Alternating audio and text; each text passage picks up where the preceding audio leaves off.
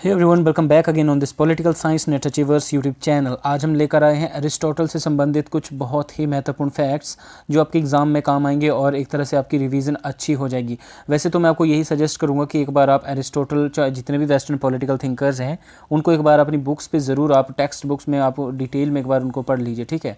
और उसके बाद, क्योंकि काफ़ी वास्ट चीज़ें हैं इनके बारे में दी हुई किताबों पर, ठीक है, और उनमें से क्या क्या चीज़ें आपके काम की हैं, कौन कौन सी चीज़ें आपके एग्ज़ाम के पॉइंट ऑफ व्यू से ज़रूरी है, इसके लिए हमने ये नोट्स तैयार किया हुआ है, ठीक है। तो इससे पहले हमने प्लेटो और कन्फ्यूशियस के बारे में हमने बात की है और साथ ही साथ बहुत सारी वीडियोस हमने नेट के रिगार्डिंग हमने अपलोड करी हुई है। अगर आपने अभी तक वो वीडियोस नहीं देखी हैं तो डिस्क्रिप्शन में उनका लिंक दे दूंगा, आप एक बार उन वीडियोज़ को भी ज़रूर देख लीजिए। अगर आप मेरे चैनल पर नए हो, चैनल को सब्सक्राइब ज़रूर कर दीजिए, प्रेस और बेल आइकन को भी प्रेस कर दीजिए, ठीक है। तो चलिए ज़्यादा वक्त न लेते हुए हम बात करते हैं अरिस्टोटल की, ठीक है। अरिस्टोटल 384 से 322 ईस्वी पूर्व में जो है पैदा हुए थे, ठीक है। राजनीति शास्त्र के जनक माने जाते हैं, फादर ऑफ पॉलिटिकल साइंस माने जाते हैं अरिस्टोटल, ठीक है। और प्लेटो के शिष्य थे ये, ठीक है। आपको पता है प्लेटो 427 से 347 ईस्वी पूर्व में हुए थे और प्लेटो के स्टूडेंट रहे हैं, बहुत ही एक क्रिटिकल स्टूडेंट रहे हैं, क्योंकि इन्होंने सबसे ज़्यादा अपने टीचर को, प्लेटो को जो है सबसे ज़्यादा क्रिटिसाइज़ किया है। और सिकंदर महान के ये शिक्षक रह चुके हैं, ठीक है। प्लेटो के ये स्टूडेंट थे और सिकंदर के टीचर थे, ठीक है। तो देखिए, सबसे पहले इंपॉर्टेंट चीज़ें जो इनके बारे में है कि एक लीसियस जो इनकी एक इंस्टीट्यूशंस थी, ठीक है। जैसे हमने प्लेटो की बात की, उन्होंने एकेडमी की स्थापना की थी, ठीक है, उनका एजुकेशनल इंस्टीट्यूशन था। तो अरस्तु का कौन सा था? लीसियम, लीसियम, नॉट लीसियस बट लीसियम की स्थापना किसने की थी? एरिस्टोटल ने, ठीक है। अरस्तु की अध्ययन पद्धति क्या है? तो देखिए, वैधानिक विधि है उनकी, अनुभववादी है, आगमनात्मक विधि है, ऐतिहासिक विधि है, स्वदेशात्मक विधि है, सादृश्यवाची विधि है और विश्लेषणात्मक। ये सारे तरह के मेथड्स जो है इन्होंने अपने स्टडी में यूज़ किए हुए हैं, ठीक है। ऐतिहासिक विधि का जनक भी इनको जो माना जाता है अरिस्टोटल को, ऐतिहासिक विधि का जनक माना जाता है। तो कई बार इस तरह से क्वेश्चन आ जाता है, who is the father of political science? तो Aristotle. Who is the father of historical method? तो वो भी अरस्तु है। और अरस्तु ने जो परिवार के विकास को राज्य का विकास माना है, ठीक है। देखिए, राज्य का विकास किस तरह से माना उन्होंने कि परिवार का विकास होगा तो राज्य का विकास अपने आप हो जाएगा, ठीक है। परिवार के विकास को ही उन्होंने राज्य का विकास माना है। सबसे पहले परिवार आया, अकॉर्डिंग टू अरिस्टोटल, कि सबसे पहले क्या आया? परिवार आया, फिर परिवार से एक ग्राम आया, ग्राम से नगर आया और नगर से राज्य बना है, ठीक है। तो राज्य व्यक्ति से पूर्व आया है, ठीक है। अरिस्टोटल का मानना क्या था कि व्यक्ति से पूर्व राज्य आया है, राज्य क्रमिक विकास का एक परिणाम है। State is a spiritual association of moral life, ठीक है। यहाँ पे अरिस्टोटल ये मानते हैं कि जो व्यक्ति है, ठीक है, उसकी एग्जिस्टेंस जो वो कहीं ना कहीं राज्य में ही प्रिवेल करती है। अगर वो राज्य में है तभी वो नागरिक है, तभी वो व्यक्ति, अदरवाइज या तो वो एक घोस्ट है या तो फिर एक देवता है। ये इन्होंने, इनकी एक इंपॉर्टेंट कोटेशन भी है कि किसने ऐसा कहा है कि व्यक्ति जो राज्य में है, जो राज्य से बाहर है, या तो वो देवता है या तो फिर दानव है या दैत्य है। तो ये अरिस्टोटल ने ही कहा था। और राज्य व शासन में इन्होंने भेद किया है। जहाँ प्लेटो की संवाद शैली थी, अरिस्टोटल ने निबंधात्मक शैली को अपनाया है। संवाद शैली प्लेटो की थी, ठीक है, जिसमें डायलेक्टिक्स करते थे, वाद विवाद करके जो है किन्हीं चीज़ों के निष्कर्ष पर पहुँचा जाता था। अरस्तु ने सद्गुणी जीवन के लिए आदर्श राज्य की स्थापना की है, ठीक है। आदर्श राज्य की बात तो अरिस्टोटल ने भी की है, प्लेटो ने भी की हुई है, ठीक है। एक आइडियल स्टेट जिसमें अलग अलग तरह के कॉन्सेप्ट्स दिए कि एजुकेशन कैसी होगी, जस्टिस कैसा होगा वहाँ पे, ठीक है, कम्युनिज्म कैसा होगा, फिलोसफर किंग कैसा होगा, ठीक है। वैसे ही अरिस्टोटल ने भी एक सद्गुणी, एक अच्छे जीवन के लिए जो एक आदर्श राज्य की स्थापना की है। आदर्श राज्य की जनसंख्या कम ना हो, ज़्यादा भी ना हो, ठीक है। अब देखिए, प्लेटो मानते हैं कि जो आदर्श राज्य है उसकी जनसंख्या कितनी होनी चाहिए? 5040, मतलब 5040 जो प्लेटो ने मानी है, और रूसो ने जो है लगभग 10,000 इसकी जनसंख्या मानी है। लेकिन अरस्तु जो है इस मामले में ये कहते हैं कि जनसंख्या ना कम हो ना ज़्यादा हो। और जहाँ तक शिक्षा की बात की गई है, तो शिक्षा भी कैसी होनी चाहिए? राज्य द्वारा संचालित होनी चाहिए। तो वैसा ही बिल्कुल प्लेटो के आइडियल स्टेट में भी कहीं ना कहीं उन्होंने स्टेट कंट्रोल्ड एजुकेशन की बात की, जो उन्होंने कहाँ से लिया था? स्पार्टा से लिया था जो कॉन्सेप्ट, ठीक है। और अरिस्टोटल भी कहीं ना कहीं उसी विचार को प्रमोट करते हैं कि शिक्षा कैसी होनी चाहिए?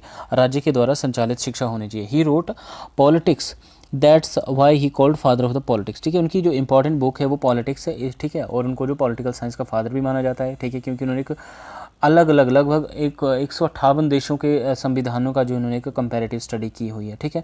पॉलिटिकल साइंस को मास्टर साइंस किसने कहा? तो ये भी अरस्तु ने कहा है। पॉलिटिकल साइंस को क्या कहा है? मास्टर साइंस कहा है। इसके अध्ययन पद्धति को टीलियोलॉजी मेथड भी कहा जाता है। टीलियोलॉजी पद्धति में किसी वस्तु का उद्देश्य पूर्व निर्धारित होता है। देखिए, मान लीजिए आप कहीं जा रहे हैं, ठीक है, तो पहले से आपका उद्देश्य निर्धारित है कि आपको पहुंचना कहाँ है, फिर उस हिसाब से आप जो है रास्ता बनाते हैं अपना। तो इस मेथड को क्या कहते हैं? टीलियोलॉजिकल मेथड कहते हैं, ठीक है। तो नेक्स्ट है, अरिस्टोटल की प्रमुख रचनाएं क्या क्या है? देखिए, रचनाओं से या उनकी जो इंपॉर्टेंट कृतिज़ हैं, पुस्तकें हैं, ठीक है, वहाँ से बहुत सारे क्वेश्चन पूछे जाते हैं। मतलब मैक्सिमम टाइम जो क्या पूछा जाता है, अरिस्टोटल की बुक्स के बारे में क्वेश्चन आपको आता ही आता है। अब देखिए, आप मान लीजिए पॉलिटिक्स से बड़ी पॉपुलर हाई प्रोफाइल्ड बुक है, तो ये तो जाहिर सी बात है, ठीक है, सबको पता होगा। लेकिन जो एक्सेप्शनल चीज़ें हैं, ठीक है, या आपने मतलब देख के अनदेखी कर दी होंगी, वैसी वैसी चीज़ें जो है पूछी जाती है। तो देखिए, the politics and the constitution, राजनीति पर ये बुक है इनकी, ठीक है। दूसरी है इसकी एडमस और सोल, प्रोटिपिक्स, पोइटिक्स, रिटिरियो। तर्कशास्त्र पर इनकी जो बुक्स है वो है physics de anima, the prior metaphysics. ये देखिए, मैं एक बात कहूँगा, आप इन बुक्स को ऐसे ही नोट कर लीजिए, और हो सके तो इनका कुछ एक निमोनिक्स बना के, ठीक है, आप इन बुक्स को याद कीजिए, क्योंकि यहीं से आपको बुक्स पूछी जाएंगी। अरिस्टोटल से संबंधित अगर बुक पूछी जानी होगी तो इन्हीं किताबों में से बुक्स आएंगी, ठीक है। तो नेक्स्ट जो इनकी भौतिक विज्ञान पर मेटीरियोलॉजी, 4 भागों में, ठीक है, ये बुक लिखी है उन्होंने। शरीर विज्ञान पर जो है हिस्ट्री ऑफ एनिमल तथा 10 अन्य ग्रंथ भी हैं, ठीक है। नेक्स्ट है on the soul and memory of recollection, Athenian constitution, या ये बुक बहुत बार पूछी जा चुकी है, एथेनियन कॉन्स्टिट्यूशन, एडोमेनिया एथिक्स, या वर्च्यू एंड वाइसेस, ठीक है, ये बुक्स पूछी जा चुकी है। या फिर एक ये जो निकोमेनियन एथिक्स है, ठीक है, ये भी मैक्सिमम टाइम हमने प्रीवियस क्वेश्चंस पेपर्स में देखी है। The categories, topics, the prior analytics and posterior analytics and the rhetoric, ठीक है, रियोटोरिक। तो ये सारे इंपॉर्टेंट ग्रंथ हैं। आप एक स्क्रीनशॉट ले लीजिए और 2-3 बार इसको आप रिवाइज कीजिए, देखिए बार बार, आपको इस तरह से ये चीज़ें समझ आ जाएंगी, याद हो जाएंगी, ठीक है, क्योंकि इनसे क्वेश्चन बनते हैं, ठीक है। नेक्स्ट हम देखते हैं अरिस्टोटल के बारे में। नेक्स्ट जो है वो अरिस्टोटल ने कितने प्रकार के राजतंत्र की बात की है, ठीक है। तो देखिए, 5 प्रकार के राजतंत्र की बात जो अरस्तु ने की। एक है स्पार्टा मॉडल, दूसरा बर्बर जातियों में राजतंत्र, तीसरा तानाशाही, चौथा है वीर युग में राजतंत्र, और 5वां है संपूर्ण या निरपेक्ष राजतंत्र, ठीक है। तो देखिए, स्पार्टा मॉडल में इसमें राजा सर्वोच्च नहीं होता, वह सिर्फ सैनिक होता है, ठीक है। और जो बर्बर जातियों में जो राजतंत्र की बात की है, तो बर्बर जातियों में पाया जाने वाला राजतंत्र गैर यूनानी में निरंकुश तंत्र की तरह है, ठीक है। और जो तानाशाही में राजतंत्र है अथवा निर्वाचित राजतंत्र, प्राचीन यूनानी राज्यों की तरह ही ये राजतंत्र है, ठीक है। और वीर युग में राजतंत्र ये वैधानिक वंश परंपरा पर आधारित होता है। और संपूर्ण या निरपेक्ष राजतंत्र जिसमें राजा पिता की तरह तथा प्रजा मतलब पिता की तरह जो है प्रजा का पालन करता है। तो इस तरह से इन्होंने 5 प्रकार के राजतंत्र की बात की, स्पार्टा मॉडल, बर्बर जातियों में, और तानाशाही, वीर युग में राजतंत्र, और संपूर्ण या निरपेक्ष राजतंत्र। तो इस तरह से आपने ये देखना है, ठीक है। नेक्स्ट क्या है कि अरस्तु ने जो है स्वदेशात्मक या टेलीलॉजिकल पद्धति का प्रयोग करते हुए राज्य को क्या क्या माना है, व्यक्ति से पहले बताया है, ठीक है। मतलब क्या है यहाँ पे उनका कहने का, देखिए, एक बात तो तय है कि उन्होंने ये कहा कि पहले परिवार आया, फिर परिवार से गांव आया, फिर गांव से जो है पूरा मतलब कस्बा आया, या कस्बे से आगे चलकर राज्य आया। लेकिन उनका जो स्वदेशात्मक जो टेलीलॉजिकल मेथड है वो क्या कहता है कि ये परिवार का विकास किस तरफ चला जा रहा है, ये राज्य की स्थापना की तरफ चला जा रहा है। इसलिए राज्य का जो विचार है उनके जहन में पहले आता है, ठीक है। बाकी परिवार, गांव, कस्बा, ये सब तो प्रोसेसेस हैं जो आपको राज्य की स्थापना तक लेके जाएंगे, ठीक है। जिस तरह से मान लीजिए बीज से पहले आप वृक्ष की स्थापना, मतलब एक बीज है आपके पास, ठीक है, बीज आपके हाथ में है, लेकिन आप वृक्ष की कल्पना पहले कर रहे हैं कि ये बीज जब उगेगा, ठीक है, तो वृक्ष ऐसा होगा। तो उस तरह उसको टेलीलॉजिकल मेथड कहते हैं, ठीक है। मैं यहाँ से मान लीजिए शिमला जा रहा हूँ, लेकिन शिमला की इमेज पहले ही मेरे माइंड में आ चुकी है कि हाँ जी, मैंने यहाँ पे पहुँचने, शिमला ऐसा है। बाकी तो बीच में जो वे है, जो रास्ता है, वो तो जस्ट एक प्रोसेस है। तो ऐसे ही इन्होंने राज्य को जो है व्यक्ति से पहले माना है, या पहले बताया है कि व्यक्ति किस तरफ जा रहा है, राज्य की तरफ। मतलब यहाँ पे व्यक्ति को क्या माना उन्होंने, व्यक्ति को साधन माना है, और साध्य क्या है, एंड क्या है, उद्देश्य क्या है, मकसद क्या है, वो है राज्य की स्थापना, ठीक है। तो ये इंपॉर्टेंट है इनके बारे में, अरिस्टोटल का जो टेलीलॉजिकल मेथड है, जो स्वदेशात्मक पद्धति है, ठीक है। नेक्स्ट हम देखते हैं। बिल्कुल जाहिर सी बात है, ये जो कोटेशन है कि राज्य मनुष्य का पूर्वगामी है, तो इस तरह से पूछा जा सकता है किसने कहा जी, अरिस्टोटल ने कहा है, ठीक है। और गोल्डन मीन, स्वर्णिम मध्य मार्ग का विचार भी किसने दिया, अरस्तु ने दिया। देखिए, गोल्डन मीन का जो कॉन्सेप्ट है ये कब आता है, जब वो रेवोल्यूशन के बारे में बातें कर रहे होते हैं, ठीक है, क्रांति के बारे में बात करते हैं। तो 2 क्लासेस की एक जगह पे वो दो कैटेगरीज की बात करते हैं। एक वो आपका मान लीजिए बड़े अमीर लोग हैं, दूसरा जो बहुत ही गरीब लोग हैं। अब गरीब लोगों की समस्या क्या है, वो अमीर लोगों की तरह बनना दिखना चाहते हैं, ठीक है। और अमीर लोगों की समस्या क्या है, वो गरीबों को उठाना नहीं देना चाहते हैं। इसलिए दोनों के विचारों में क्या है, कॉन्ट्रडिक्शन है, ठीक है, मतभेद है, और इस तरीके से तो शासन चलाया नहीं जा सकता। तो यहाँ पे अरिस्टोटल ये मानते हैं कि जो मिडिल वे है, ये मिडिल क्लास है, ठीक है, उनको जो है शासन सौंप देना चाहिए, ना तो गरीबों को, ना तो बड़े अमीरों को, बल्कि मिडिल जो क्लास के लोग हैं, ठीक है, उनके हाथ में पावर दे दो, ठीक है। और वैसे ही गोल्डन मीन उसी को कहते हैं, ठीक है, एक मिडिल वे, एक मध्यम मार्ग अपनाना, ठीक है। तो स्वर्णिम गोल्डन मीन भी इसको कहा जाता है, स्वर्णिम मध्य मार्ग को, ठीक है। तो गोल्डन मीन या स्वर्णिम मध्य मार्ग का विचार भी किसने दिया है? ये भी अरस्तु ने ही दिया है। राज्य को स्वाभाविक, प्राकृतिक व अंगिक संस्था कहा है अरिस्टोटल ने, कि राज्य कैसी एक स्वाभाविक प्रक्रिया, स्वाभाविक है, प्राकृतिक है और एक अंगिक ऑर्गेनिक इंस्टीट्यूशन है ये, ठीक है।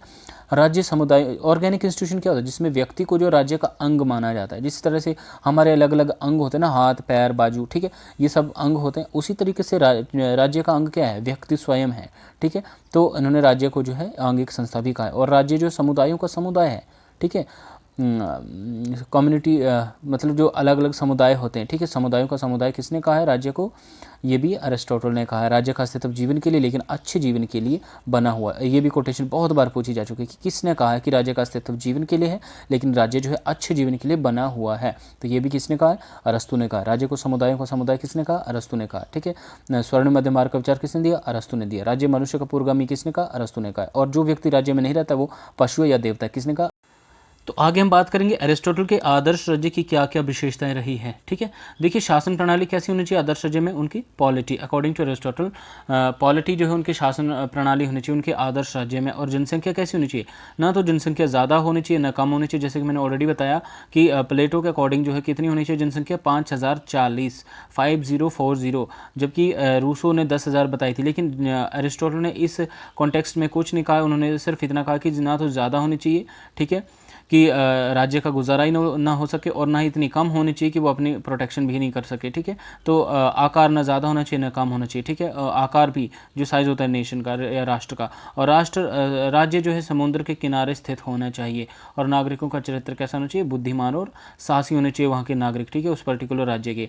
अब ऑर्गेनिक स्टेट या अंगिक राज्य क्या होता है? देखिए, राज्य को व्यक्ति से ज़्यादा महत्व दिया जाता है, ठीक है। जिस तरीके से देखिए, जो आंगिक राज्य की यहाँ पे बात चल रही है, तो देखिए जैसे एक व्यक्ति होता है, ठीक है, उसके शरीर के अलग अलग अंग हैं। सबसे पहले हम उसको एज ए होल देखते हैं, एज ए व्यक्ति देखते हैं, ना कि उसकी आंख पे नज़र गई पहले हमारी, फिर नाक पे, फिर मुंह पे या हाथ पे, पैर पे, ऐसे नज़र नहीं जाती। सबसे पहले हम उसको एज ए होल देखते हैं, ठीक है, उसके बाद हम उसके अंगों को देखते हैं, ठीक है। तो वैसे यहाँ पे भी क्या किया जाता है? राज्य को व्यक्ति से ज़्यादा महत्व दिया जा रहा है। क्यों? क्योंकि व्यक्ति को क्या माना जा रहा है? व्यक्ति को यहाँ पे राज्य का एक अंग माना जा रहा है। जैसे कि एक व्यक्ति के अंग होते हैं अलग अलग, ठीक है, हाथ पैर मुँह नाक कान, ठीक है, उसी तरीके से यहाँ पे व्यक्ति किस चीज़ का अंग है? राज्य का अंग है, ठीक है। इसलिए राज्य को ज़्यादा महत्व दिया जाता है व्यक्ति के कंपैरेटिवली, ठीक है। जैसे शरीर के अंगों से पहले व्यक्ति का बोध होता है, वही बात जो मैंने आपको बताई, ठीक है, कि हम हाथ पैर कुछ नहीं देख रहे, पहले व्यक्ति को एज ए होल देख रहे हैं, ठीक है। वैसे ही नागरिकों से पहले राज्य का बोध होता है। सो ही सेड, राज्य व्यक्ति का पूर्वगामी, इसीलिए उसने ऐसा कहा कि राज्य क्या है? व्यक्ति का पूर्वगामी, मतलब व्यक्ति से पहले राज्य आया हुआ है। अब प्लेटो, एरिस्टोटल, रूसो, हीगल, ग्रीन, ये राज्य के विचार, मतलब इनके जो राज्य के विचार हैं वो कैसे हैं? अंगिक हैं। मतलब ये सारे ऑर्गेनिक, कहीं ना कहीं ऑर्गेनिक स्टेट की बात कर रहे हैं, ठीक है।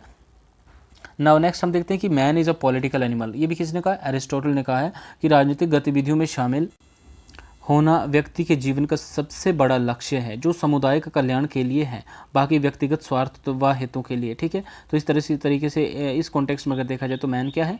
पॉलिटिकल एनिमल, जो अरिस्टोटल मानते हैं, ठीक है। अरिस्टोटल ऑन फैमिली, परिवार के बारे में अरिस्टोटल क्या कहते हैं? परिवार में पति पत्नी दास व बच्चों को शामिल किया, कि परिवार क्या होता है? जिसमें पति पत्नी बच्चे और साथ ही साथ दास भी होते हैं, ठीक है। और परिवार को कैसी संस्था माना? एक स्वाभाविक संस्था माना है। हु सेड, जब पति पत्नी को निर्देशित करता है तब उसकी भूमिका संवैधानिक सलाहकार की होती है। तो ये किसने कहा है? डनिंग ने कहा। यहाँ पे डनिंग ने जो है कहीं ना कहीं फैमिली को किसके कोरिलेट किया? किसके साथ? कहीं ना कहीं एक सिस्टम या शासन के साथ कोरिलेट किया, जिसमें मान लीजिए परिवार में अगर पति जो अपनी पत्नी को निर्देशित करता है, किन्हीं चीज़ों के ऊपर निर्देश देता है, तो उसकी भूमिका कैसी होती है? बिल्कुल जैसे एक संवैधानिक सलाहकार की होती है। तो ये डनिंग ने कहा है, ठीक है, जो कि अरिस्टोटल ने इसको रिजेक्ट किया। According to Aristotle, family is different thing and state is different thing, ठीक है। नेक्स्ट हम देखते हैं, नेक्स्ट है हु सेड, राज्य का नागरिकों पर शासन मुखिया के परिवार पर शासन से अलग होता है, ठीक है। तो ये अरस्तु ने कहा। देखिए वही बात जैसे डनिंग ने कहा कि जिस तरह से परिवार होता है, ठीक है, उसी तरीके से राज्य भी होते हैं, मतलब वो बिल्कुल सिमिलर होते हैं।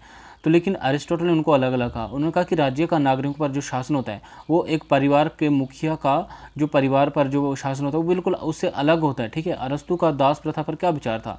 तो देखिए दास प्रथा जो है प्राकृतिक मानी है अरिस्टोटल ने, ठीक है, ये नेचुरल मानी है, ठीक है। तो ये प्रकृति का नियम है कि श्रेष्ठ अधीनस्थों पर शासन करे। तो इस तरह से भी कोटेशन पूछी जा सकती है कि किसने ऐसा कहा है। तो अरिस्टोटल ने कहा कि प्राकृतिक तौर पर ये एक नियम बना हुआ है कि जो श्रेष्ठ लोग हैं, ठीक है, उनको जो अधीनस्थों पर शासन करना चाहिए। दास प्रथा स्वामी व दासों दोनों के लिए उपयोगी मानी है। क्यों? क्योंकि जब तो व्यक्ति दास है तब वो स्वामी के लिए काम कर रहा है, साथ ही साथ उसे विद्या भी ले रहा है, सीख भी रहा है। लेकिन दासों के लिए क्यों उपयोगी है? क्योंकि जब दास के अंदर जो बुद्धि का विकास हो जाएगा उस वक्त वो अपनी मर्जी से वहाँ से अपना उस घर को छोड़ सकता है जहाँ पे वो दास का काम कर रहा है। उसको ज़बरदस्ती दास बना के नहीं रखा जा सकता, ठीक है। और नैतिकता का विकास होने पर दासों को छोड़ देना चाहिए। अरिस्टोटल ने यहाँ पे थोड़ी मानवीयता अपनी दिखाई है कि जैसे ही दासों में जो नैतिकता का विकास हो जाए तो उनको जो है छोड़ देना चाहिए, ठीक है। इसकी विशेषताएं क्या है दास प्रथा की? अरिस्टोटल की दास प्रथा की जो विशेषताएं हैं कि युद्ध बंदी दास नहीं होंगे। जिन लोगों को युद्ध में हराकर बंदी बना दिया जाता है उनको दास नहीं बनाया जाएगा, ठीक है। दास का बेटा दास नहीं होगा, ये भी उन्होंने बात कही है। जरूरी नहीं कि जी एक दास है और उसका बेटा वो भी दास का काम करेगा, ठीक है। दास केवल घरेलू कार्यों में ही सहायता करेंगे, युद्ध वगैरह में दासों को ले जाकर नहीं जाएंगे आप, ठीक है। वो सिर्फ घरेलू कामों में आपकी सहायता करेंगे। व्यक्ति आजीवन दास नहीं होगा, जाहिर सी बात है, क्योंकि उन्होंने कहा कि जैसे नैतिकता का विकास हो जाएगा दासों को छोड़ दिया जाएगा। और नैतिकता का विकास होना स्वाभाविक है क्योंकि दास जो है अपने मालिक के सानिध्य में काम कर रहा है, ठीक है, उसकी मदद कर रहा है या उसके घर में काम कर रहा है, घरेलू कार्यों में सहायता दे रहा है। इसके साथ साथ ही वह नैतिकता की शिक्षा भी लेगा उनसे, ठीक है। जैसे उनमें नैतिकता का विकास हो जाएगा उनको छोड़ दिया जाएगा, उनको आजीवन दास नहीं रखा जाएगा और दासों में विवेक का विकास होने पर उसे जो है मुक्त कर दिया जाएगा। तो हु सेड कि अरिस्टोटल की दास प्रथा में मानवीयता का तत्व मौजूद है। तो ये किसने कहा? ये बारकर ने कहा, कि किस तरीके से भी क्वेश्चन कई बार पूछे जाते हैं, ठीक है ना। विधि के शासन पर अरिस्टोटल के क्या विचार थे? तो देखिए विधि के शासन को इन्होंने महत्व दिया, कानून के शासन को महत्व दिया। जबकि हम प्लेटो की बात करें तो उन्होंने शुरू में विधि को गौण माना था, मतलब विधि को नहीं माना था। लेकिन बाद में जब द लॉज और द स्टेट्समैन उनकी जो बुक्स आई उसमें उन्होंने कानून को कहीं ना कहीं उसकी इंपॉर्टेंस को माना, विधि को माना। लेकिन जब हम अरिस्टोटल के संदर्भ में बात करें तो उन्होंने विधि के शासन को महत्व दिया। विधि युग युग के अनुभव की संचित निधि है, किसने कहा है? अरिस्टोटल ने कहा है। विधि वासना रहित विवेक है, ठीक है। और जब व्यक्ति विधि व न्याय से परिपूर्ण होता है तब वो सर्वोत्तम होता है, परंतु इसमें अलग होने पर वह निष्कृष्ट बन जाता था। ये भी कौन कहता है? ये भी अरिस्टोटल कहता है। और शासक व शासित दोनों जो विधि के लिए एक समान है, बिल्कुल। और शासन का आधार जो शासितों की सहमति है, मतलब जो जिन पे शासन किया जा रहा है, अगर उनकी सहमति नहीं है तो उन पे शासन आप उस तरीके से नहीं कर सकते। मतलब यहाँ पे उन्होंने जो शासन का आधार क्या माना है? जिन पे शासन किया जा रहा है उनकी सहमति को जो शासन का आधार माना है अरिस्टोटल ने। ना अरिस्टोटल के अनुसार नागरिक कौन है? तो देखिए वे व्यक्ति नागरिक हैं जो शासन कार्यों में भाग लेते हैं, ठीक है। जो शासन के कार्यों में भाग लेंगे सिर्फ उन्हीं लोगों को नागरिकता मिलेगी, उन्हीं को नागरिक माना जाएगा। अब इसमें देखिए महिलाएं हो गई, शिल्पी हो गए, बूढ़े और बच्चे और दास और विदेशी, इनको नागरिकता नहीं मिलेगी। प्रश्न इस तरीके से आ सकता है कि अरिस्टोटल ने नागरिकता से किसको वंचित रखा है, ठीक है। तो उसमें महिलाएं आ गई, शिल्पी आ गए, बूढ़े, बच्चे, दास और विदेशी, ये इन लोगों को जो नागरिकता से उन्होंने दूर रखा है, ठीक है। और नागरिकता जन्म या निवास के आधार पर प्राप्त नहीं होती है इसमें देखिए, क्योंकि उन्हीं लोगों को जो है नागरिक माना जाएगा जो शासन के कार्यों में भाग ले रहे हैं, ठीक है। तो यहाँ पे जन्म या निवास के आधार पर तो नागरिकता का कोई यहाँ पे संबंध नहीं है। एक अच्छा नागरिक वह है जिसमें शासन करने व शासित होने का गुण है। तो ये भी किसने कहा है? ये भी अरिस्टोटल का मानना है, ठीक है। अब अरस्तु का संपत्ति पर क्या विचार है? देखिए व्यक्ति का मूल विकास नैतिकता में है, बिल्कुल जाहिर सी बात है। जैसे नैतिकता का विकास होगा तो व्यक्ति का भी मूल विकास होगा, ठीक है। नैतिकता आंतरिक होती है, लेकिन नैतिकता का विकास जो बाहरी परिस्थितियों से होता है, जाहिर सी बात है। आपकी जो नैतिकता तो बिल्कुल एक इनर गुण है, आपका इनर वर्चू है, और लेकिन उसका विकास कैसे होगा? बाहरी परिस्थितियों से। जिस तरह से बाहर में आपके परिस्थितियाँ बनाई जाएंगी उस तरीके से आपके अंदर जो नैतिकता का विकास होता है। लेकिन यहाँ पे एक कंडीशन ये मानिए कि बाहरी परिस्थितियों में संपत्ति प्रमुख है, ठीक है। बाहर जो बाहर की जो आउटर वर्ल्ड है, जो मटेरियलिस्टिक वर्ल्ड है, वहाँ पे जो प्रॉपर्टी है वो प्रमुख है, जो आपके अंदर जो है एक नैतिकता का विकास करेगा। और संपत्ति का अर्जन किस तरीके से होता है? यहाँ पे दो तरीके से उन्होंने बताया है कि एक तो प्राकृतिक तरीके से संपत्ति का अर्जित करना, जिसमें मछली पालन करके, कृषि कार्य करने से आप जो है संपत्ति कलेक्ट कर सकते हैं। दूसरा होता है शोषण की विधि, जिसमें शोषण करके, जैसे व्यापार व वाणिज्य से। लेकिन इन्होंने जो अरिस्टोटल ने क्या माना है कि प्राकृतिक तरीके से जो अर्जित संपत्ति है वही वैध है, मतलब आप मछली पालिए, कृषि कार्य करिए, ठीक है, उस तरीके से आप संपत्ति कमाइए तो वो वैध है, ठीक है। संपत्ति पर स्वामित्व व्यक्ति की बजाय परिवार का होता है, ठीक है। तो ये इंपॉर्टेंट था कुछ अरिस्टोटल का अकॉर्डिंग, मतलब संपत्ति के ऊपर। नेक्स्ट है संपत्ति वितरण के सही तरीके क्या बताए हैं, ठीक है। देखिए, व्यक्तिगत संपत्ति, सामूहिक उपयोग। जो व्यक्तिगत संपत्ति है उसका जो है सामूहिक उपयोग होना चाहिए और सिर्फ इसी को उन्होंने अच्छा माना है, ठीक है। लेकिन देखिए, संपत्ति के वितरण के और भी उन्होंने तरीके बताए कि आप या तो व्यक्तिगत संपत्ति का जो सामूहिक उपभोग कीजिए, ठीक है, या तो व्यक्तिगत संपत्ति और व्यक्तिगत उपभोग होना चाहिए, या तो सामूहिक संपत्ति और सामूहिक उपभोग होना चाहिए। सबकी संपत्ति और सबके द्वारा उसका उपभोग होना चाहिए। सामूहिक संपत्ति सबकी संपत्ति और किसी एक के लिए उसका उपभोग नहीं, ये भी नहीं। लेकिन व्यक्तिगत संपत्ति एक आदमी की संपत्ति और उस पर सामूहिक उपभोग, सबका उपभोग होना चाहिए, सबके उपभोग के लिए वो होनी चाहिए। सिर्फ इसी को जो सबसे अच्छा माना है। तो इस तरीके से भी क्वेश्चन आ सकता है, ठीक है, कि अकॉर्डिंग टू अरिस्टोटल कौन सा तरीका जो संपत्ति के वितरण का सही था, तो वो क्या था, व्यक्तिगत संपत्ति का सामूहिक उपयोग, ठीक है। ये उन्होंने इंपॉर्टेंट माना है और सही सबसे अच्छा तरीका माना है। अब अरस्तु के अनुसार क्रांति कब कब होती है। देखिए, प्रजातंत्र में क्रांति कब होगी, जब लोकप्रिय नेता आम जनता को धनी लोगों के विरुद्ध जो है कहीं ना कहीं धनियों के साथ जो है अत्याचार करेंगे, या धनी लोगों के विरुद्ध जो है भड़काएंगे और धनियों के साथ अत्याचार करेंगे, तो क्रांति होगी। राजतंत्र में शासक वर्गों का आपसी मतभेद होगा जब, तो क्रांति होगी। और मध्यम वर्ग का शासन जो है क्रांति रोकने का सबसे उपयुक्त उन्होंने माना है। तो ये है वो गोल्डन मीन, ठीक है, कि जो क्रांति होती है, ठीक है, धनी और गरीबों में जो होता है, ठीक है, धनियों और जो आम जनता उनके बीच में जो मतभेद होते हैं, तो उसके बीच का जो मध्यम मार्ग है, ठीक है, उसको मतलब वही एक मार्ग है जिसके द्वारा जो है क्रांति को रोका जा सकता है, ठीक है। अब शासन प्रणाली को कितने वर्गों में बांटा गया है, तो देखिए 6 प्रकार की शासन प्रणाली का उल्लेख किया है, जिसमें सबसे पहले राजतंत्र। अगर एक व्यक्ति का राजतंत्र, देखिए, एक व्यक्ति का शासन है और इसका जो भ्रष्ट रूप है, अगर ये इसमें ये भ्रष्ट रूप बन गया तो उसको क्या कहेंगे, निरंकुश तंत्र, ठीक है। दूसरा है कुलीन तंत्र, जिसमें क्या होता है, कुछ एक लोगों का शासन होता है और जब ये अपने हित के बारे में सोचने लगता है और भ्रष्ट हो जाता है तो उसको क्या कहते हैं, गुट तंत्र कहते हैं। तीसरा संवैधानिक शासन, जिसमें बहुमत का शासन होता है और जब ये सिर्फ अपने फायदे के लिए सोचेंगे और भ्रष्ट रूप इसका जो हो जाएगा तो उसको क्या क्या कहेंगे, लोकतंत्र। मतलब लोकतंत्र को इन्होंने भ्रष्ट रूप कहा है संवैधानिक शासन का। और वैसे भी प्लेटो तो लोकतंत्र को वैसे भी एक्सेप्ट नहीं करते थे और कल हमने बात की है कन्फ्यूशियस, वो भी कहीं ना कहीं डेमोक्रेसी को अच्छा नहीं मानते हैं, ठीक है।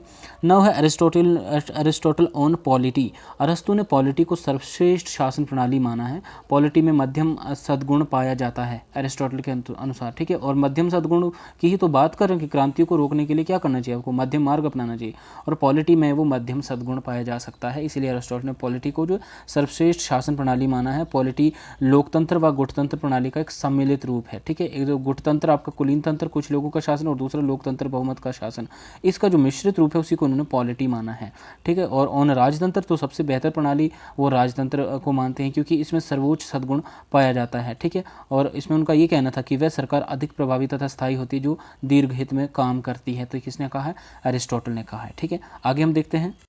आगे हमारे पास अरस्तु का जो न्याय सिद्धांत है, ठीक है। अरस्तु का न्याय जो है समानुपातिक सिद्धांत है। मतलब इन्होंने जो न्याय का जो समानुपातिक सिद्धांत दिया, जिसका मतलब क्या है, न्याय को देखो 2 भागों में बांटा जा सकता है, ठीक है। एक तो इन्होंने संपूर्ण न्याय और दूसरा विशेष न्याय की इन्होंने बात की है। संपूर्ण न्याय क्या है, संपूर्ण न्याय के लिए अरस्तु ने राइटसनेस या सात्विकता शब्द का प्रयोग किया, क्योंकि देखिए इस तरह का क्वेश्चन भी प्रीवियसली पूछा जा चुका है कि अरस्तु ने न्याय के संदर्भ में किस तरह के शब्द को जो है, या संपूर्ण न्याय के लिए कौन से शब्द को इन्होंने इस्तेमाल किया, तो वह राइटसनेस या सात्विकता शब्द का प्रयोग किया है। अपने कर्तव्य का पालन करना ही न्याय माना है, ठीक है। और दूसरा होता है विशेष न्याय, जिसमें संशोधात्मक न्याय और वितरणात्मक न्याय होता है, ठीक है। संशोधात्मक न्याय क्या होता है, विधि के अनुसार कार्य नहीं करने पर जो दंड देना, उसको संशोधात्मक न्याय कहते हैं। और वितरणात्मक न्याय क्या है, राज्य द्वारा व्यक्तियों में पद, सम्मान एवं पुरस्कार का वितरण करना, ठीक है।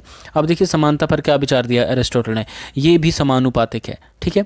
जिस अनुपात में व्यक्ति का समाज में योगदान हो उसी अनुपात में व्यक्ति को पुरस्कार मिलना चाहिए, ठीक है। जितना सा उसका योगदान है ना, उतना सा ही उसको पुरस्कार मिलना चाहिए। समानता जो है अप्राकृतिक और अवांछनीय है, ठीक है।